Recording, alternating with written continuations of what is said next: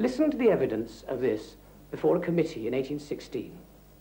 What is the general state of health of children employed in your mills, compared with those not so employed? I consider the health of the children we employ very good. And as a matter of opinion, I think the health of the children employed much better than the health of children running at large. Do the children stand in your mills, or have they seats to sit down? They stand. They sometimes sit, but that is not what we expect them to do. How many hours are they on their feet? I cannot answer that, because they may occasionally sit down. Well, I expect they're walking and standing at their employment, but when the overlooker is not there, they may sit down. We have no seats made for their convenience to sit upon. When a child is found sitting in the mill, is it not contrary to all the rules? Certainly. I expect them to be at work. The whole day? Yes. Should you imagine that children who are confined 14 to 15 hours a day in the cotton mills would be so healthy as those who are only confined 10 or 12 hours? I do not see any reason to expect a diminution of health. Is the condition of the people generally comfortable, and are they happy and contented? They are generally so, as far as I know. If they're not happy, they can leave it.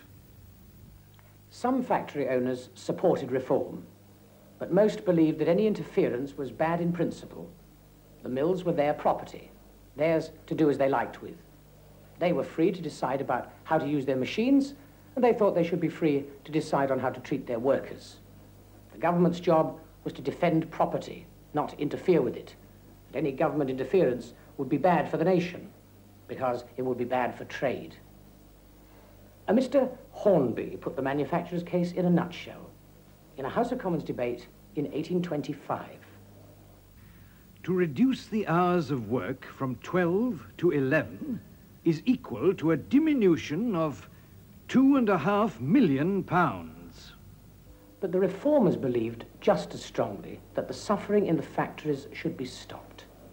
In 1819, they'd managed to get an act through Parliament in the face of great opposition, limiting hours of children in the cotton mills to 12 a day. There were more acts in 1825 and 1831, but there was still no proper inspection of the mills. In 1832, another government committee inquired into children's labor. They found that when business was brisk, the employers worked their children for almost unbelievable hours. In the brisk time, for about 6 weeks, they have gone at 3 o'clock in the morning and ended at 10 or nearly half past at night.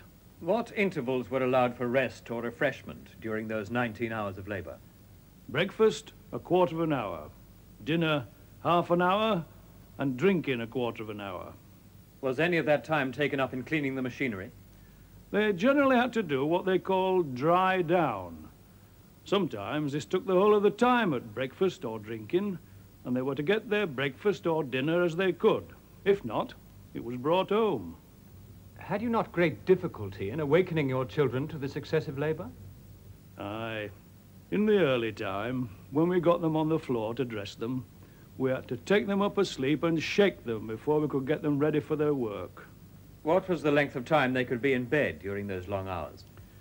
It were near 11 o'clock before we could get them into bed, after getting a little food. And then my mistress used to stop up all night for fear we couldn't get them ready for the time. What time did you get them up in the morning? In general, me or my mistress got up at 2 o'clock to dress them. So that they had not above 4 hours sleep at this time? No, they had not. For how long together was this? About 6 weeks. The common hours of labor were from 6 in the morning till 8:30 at night? Aye. Were the children excessively fatigued by this labor? Oh, many times.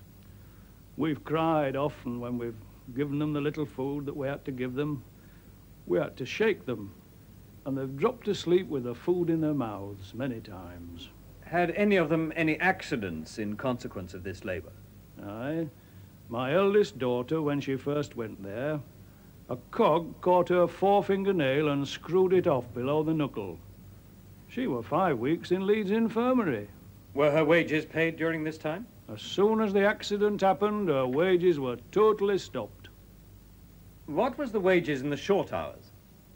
3 shillings a week each. When they wrought those very long hours, what did they get? 3 shillings and 7pence halfpenny. So for all that additional labour, they had only 7pence halfpenny a week additional. No more. At what age did you begin work at a factory? When I was 6 years old.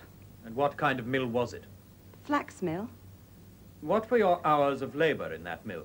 From 5 in the morning till 9 at night when they were thronged. Suppose you flagged a little or were too late. What would they do? Strap us. Girls as well as boys? Aye. Have you ever been strapped? Aye. Were the girls so struck as to leave marks upon their skin? Aye. They had black marks many a time. But the parents daren't come to him about it. They were afraid of losing their work. My boy Edwin was a proverb for being straight and active before he went. But when he had gone to the mill some time, he began to be weak in his knees. And it went on in that degree that he could scarcely walk. I had 3 steps up to my house, and I've seen that boy get hold of the side of the door to assist his getting up into the house. Many a one advised me to take him away. They said he would be made quite a cripple. But I was a poor man. I couldn't afford to take him away. That crippled child we heard of was aged 7 when he started. Now, the 1830s were a time of great argument over the question of factory reform. In 1833, an act was passed which reduced the hours of children under 13 to 9 a day, and of people under 18 to 12 a day. Full-time inspectors were set up to see that the law was observed, and young children weren't allowed to work unless they had 12 hours schooling a week. Another field the inspectors were interested in was safety.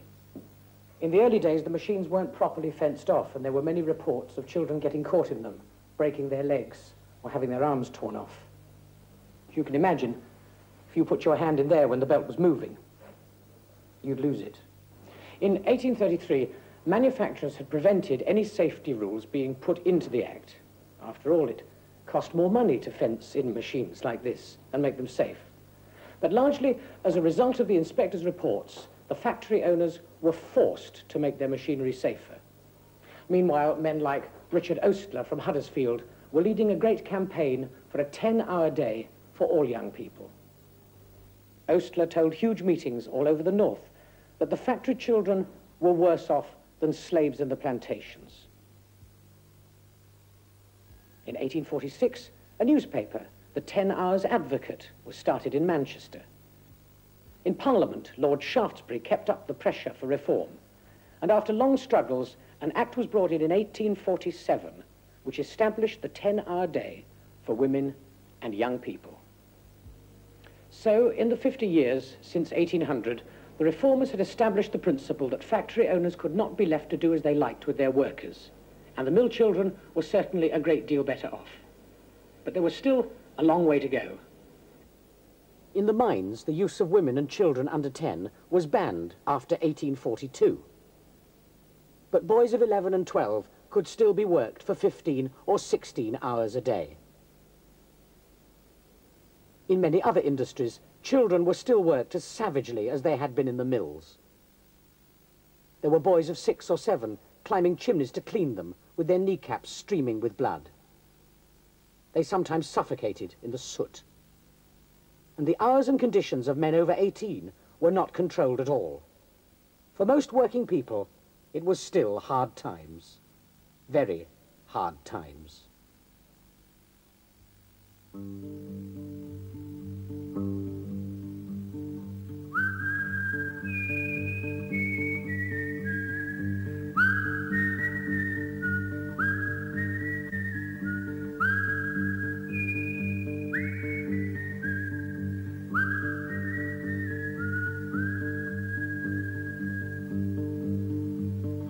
Ain't it enough to break your heart? Have to work all day, and at night it's dark, it's hard times at the mill, my love. Hard times at the mill.